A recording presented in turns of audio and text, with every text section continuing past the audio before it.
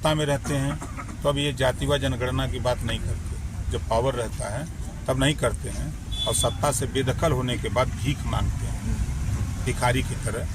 Power था तो आपको कर देना चाहिए था, बजट अलॉट कर देते, आदेश कर देते, हो जाता। लेकिन सत्ता चली गई तो अब भीख मांग रहे हैं कि खराब होना चाहिए, होना चाहिए।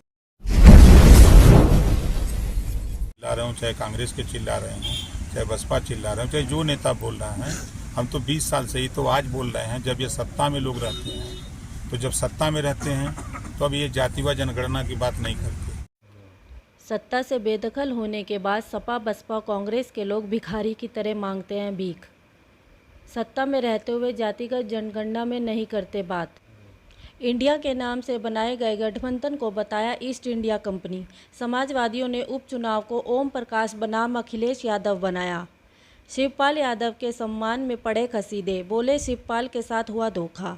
छात्रा हत्याकांड से पीड़ित परिवार से मिलने पहुंचे राजभर। एटा जिले के अलीगंज थाना में 15 दिन पूर्व दुष्कर्म के बाद छात्रा की हुई हत्या के बाद सुभाषपा अध्यक्ष ओम प्रकाश राजभर पीड़ित परिवार से मिलने पहुंचे थे।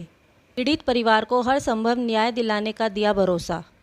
वहीं विपक्षी पार्टियों पर टिप्पणी करते हुए राजभर ने कहा कि सत्ता से बेदखल होने के बाद सपा बसपा कांग्रेस के लोग भिखारी की तरह मांगते हैं भीख। सत्ता में रहते हुए जातिगत जनगणना की नहीं करते बात। इससे पहले भी कई भाजपा नेता विपक्षी पार्टियों पर दे चुके हैं विवादित बयान। नेताजी पीड़ित परिवार से मिलने आए हैं, मुलाकात भी हुई है, क्या आश्वासन पीड़ित परिवार को आपकी तरफ से दिया गया? देखिए, हमने FIR कापी पढ़ी है, उसके बाद में मैंने यहाँ के SSP महोदय से बात की है। संजोग से SSP महोदय जहाँ से मैं MLA हूँ, हमारी ही विधानसभा के गांव खरवा हैं, वहीं के ही रहने वाले हैं। तो जिस दिन घटना हुई थी उसी दिन प्रेमचंद भाई, जो हमारी पार्टी के प्रदेश अध्यक्ष हैं, प्रेमचंद सर, इन्होंने बताया था मुझे। तो मैंने इनसे कहा कि आप जाकर उनसे बात कर लो। बात करके जो यहाँ पुलिस टीम का रोल है, जो यहाँ के भी लोगों का कहना है, पीड़ित परिवार का भी कहना है कि पुलिस पूरी सक्रियता से लगी है। FIR में नामजद नहीं है, अज्ञात व्यक्ति है।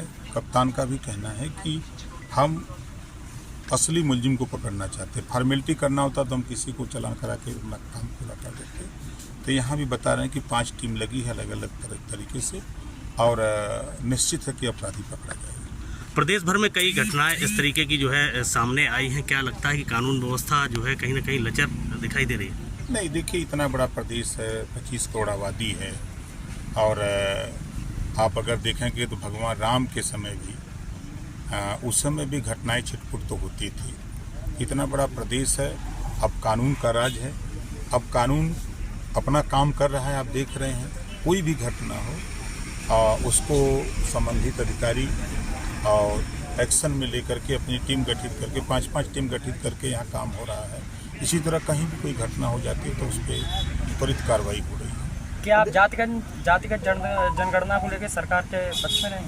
भैया, मैं तो 20 साल से कहता हूँ, जो लोग चिल्ला रहे हैं, चाहे वो सपा के नेता चिल्ला रहे हों, चाहे कांग्रेस के चिल्ला रहे हैं, चाहे बसपा चिल्ला रहे हों, चाहे जो नेता बोल रहा है, हम तो 20 साल से ही तो आज बोल रहे हैं। जब ये सत्ता में लोग रहते हैं तो जब सत्ता में रहते हैं तो अब ये जातिवाद जनगणना की बात नहीं करते। जब पावर रहता है तब नहीं करते हैं, और सत्ता से बेदखल होने के बाद भीख मांगते हैं भिखारी की तरह।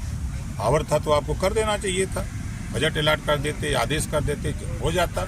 लेकिन सत्ता चली गई तो अब भीख मांग रहे हैं कि खराब होना चाहिए, होना चाहिए। 2024 में ये जो गठबंधन हुआ है 24 के चुनाव के लिए इंडिया का, इसमें कुछ लोग एक दूसरे धर्म को लेकर टिप्पणियां कर रहे हैं, इस पर आपका क्या कहना है? देखिए, वो ईस्ट इंडिया कंपनी है, ठीक है। उसमें आप देखेंगे ना तो सब अलग अलग मिजाज के, अलग अलग तरह के लोग हैं। वो कुछ दिन के बाद देखिएगा वो खत्म। जनपद एटा में ये विवश घटना हुई आज, जिसको लगभग 13-14 दिन हो चुके हैं, 16 दिन हो चुके हैं। परिजनों ने कई बार आत्महत्या की भी बात की। नहीं, देखिए, पुलिस पूरी ताकत के साथ अपने काम में लगी है कि सही अपराधी पकड़ा जाए, और हम कहेंगे कि परिवार का कोई व्यक्ति इस तरह की बात न करे। संतुष्टि नहीं है तो हम देख लेते हैं एक हफ्ते, जिस तरह कप्तान से बात हुई है, नहीं तो फिर आउट।